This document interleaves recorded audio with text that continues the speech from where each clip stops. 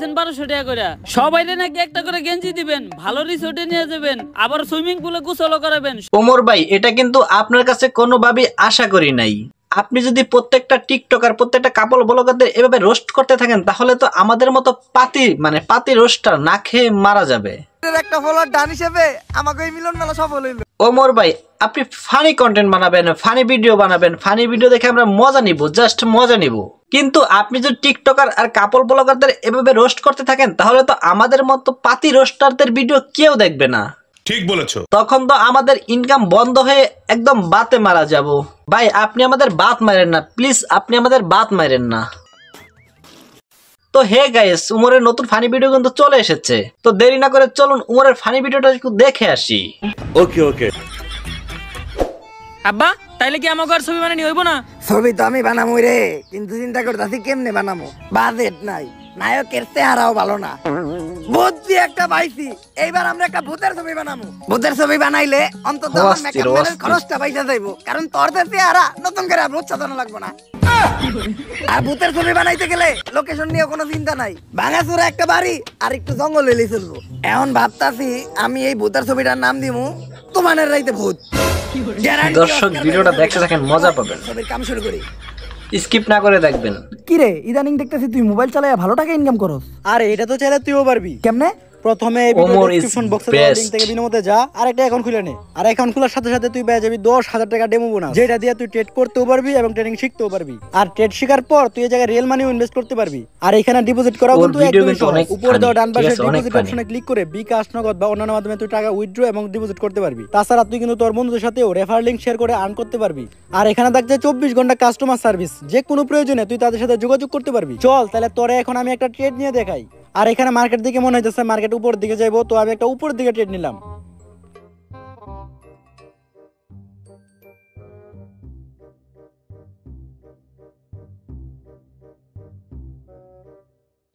এই দেখ প্রফিট করে ফেললাম। চাইলে কিন্তু তুইও পারবি। তুই আর দেরি না করে এক্ষুনি এই ভিডিও ডেসক্রিপশন বক্স এবং কমেন্টে দেওয়া লিংক থেকে বিনামূল্যে যা, ইনভেস্ট কর আর কম ইনভেস্টে বেশি প্রফিট কর। আমাকে তুফানের রাইতে ভূত ছবির লেগা একেবারে পারফেক্ট একটা লোকেশন সিলেক্ট করছি, সেরা লোকেশন। লোকেশনের লেগেই 10-12টা অস্কার আমাকে মুহে তুইরা মারবো। ছবির প্রথম সিনেই নায়কের কোন পুকুরে অনেক টাকি মাছ ছাড়তে ইচ্ছা করবো, তার লেগে নায়ক নায়িকারে নিয়ে এই পরিত্যক্ত বাড়িটাতে আইবো। আব্বা নায়ক এই বাড়ির ভিতর পুকুরে মাছ ছাড়বো কেমনে? ওইটা তুই বুঝবি না, ওইটা লিজেন্ডরা বুঝবো। তারপর যখনই নায়ক নায়িকারে নিয়ে এই জায়গা দিয়ে যাইবো তখনই আমাকে পিছনের জানলাটা দিয়া ভূত তাকাইবো। সেই হইব না সিনটা? হব্বা এখন খালি তাড়াতাড়ি আমাকে ছবির কাজটা শুরু করতে হইব। কিন্তু আব্বা এই জায়গায় নিয়ে তো অনেক কথা শুনছিলাম, এই জায়গায় যারা ছবি তুলে বা ভিডিও করে তারা নাকি কখনো বাইসা ফিরে না। আরে এগুলা পুরাপুরি গুজব। আর আমার পোলাইয়া তুই সামান্য এই গুজবে বিশ্বাস করে ভয় পাইতাছস? হইলে আমার মতো হবি। ভূত তো দূরের কথা, আমি এই দুনিয়ার কাউরে দেখে ভয় পাই না। আব্বা ওই যে আম্মা আইতাছে। কি গস কই তোর মাই কই? ওরে বাবা আমার এই ডাইনের থেকে বাঁচা। ভয় পান কি পান না ওটা তো দেখাই যাইতাছে। আরে আমি তো কইতে চাইছিলাম তোর মারে ছাড়া কাউরে দেখে ডরাই না।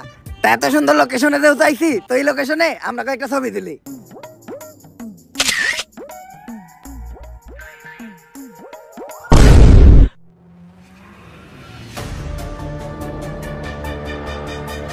আরে এটা কিছু না, হয়তো ক্যামেরায় কোনো সমস্যা দিল। খালের পারে বক, ভূতের নানির বক বক। এইবার আর ছবি না, ডাইরেক্ট ভিডিও করি।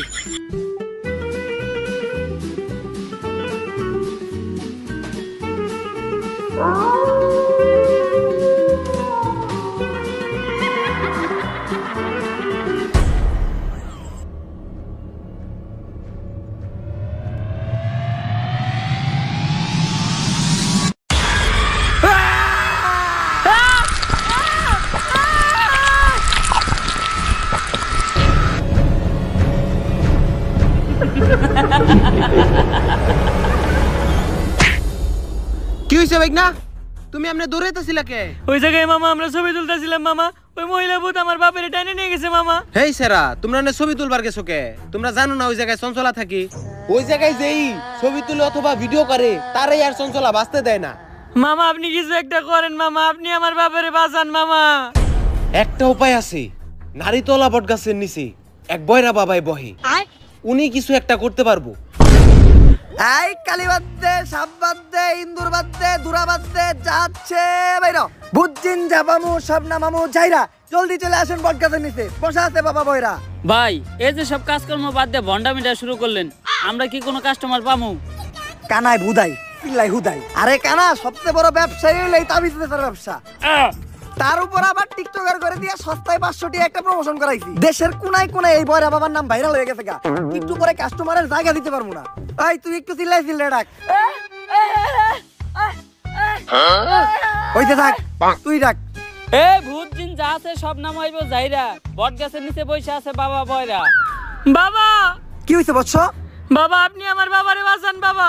হ্যাঁ, এটা আবার কি কর? তোর বউরে আমি কি লেগে বিয়ে করবো? আমি বিয়ে শাদী করতে পারবো না, কারণ আমি চিন্তা করছি আমার এই জীবন মানুষের সেবায় উৎসর্গ করে দিমু। তোর যদি কোনো শারীরিক সমস্যা থাকে তাহলে আমার কাছ থেকে একটা তাবিজ নিয়ে যাই। আপনি না আপনার দুর্বলতা কাটানোর লিগে তাবিজ খুঁজেন। আরে আমি আমার বাপের বাঁচানোর কথা কইছি। আবারও কয় ওর বউরে বলে আমার বিয়ে করা লাগবে।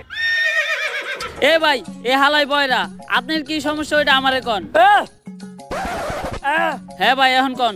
ওই জায়গায় একটা জঙ্গল আছে, জঙ্গলে একটা ভূত থাকে যার নাম চঞ্চলা। ও আমার বাপেরে ধরে নিয়ে গেছে, যেমনি হোক আমার বাপেরে বাঁচান। ভাই কেস অনেক সিরিয়াস, ভূত তারাই তো হইব। না, আমার পেট ভরা, আমি এখন কিছুই খাবো না, তোরাই দেখা। আরে ভূত তারাই তো হইব, ভূত। ও ভূত তারাই তো হইব, তা এত জোরে চিল্লানোর কি আছে? মনে হয় আমি কানে কমুনি। এই বাবা, তুই ওর লগে আমাকে ফিস নিয়ে কথা কর। আর কেন তুই যে গাড়িটা স্টার্ট দে, আমি তাবিজ তুবিজ রেডি করতেছি। ভাই আপনাকে ফিস কত? দূর ক্লিয়ার কয়।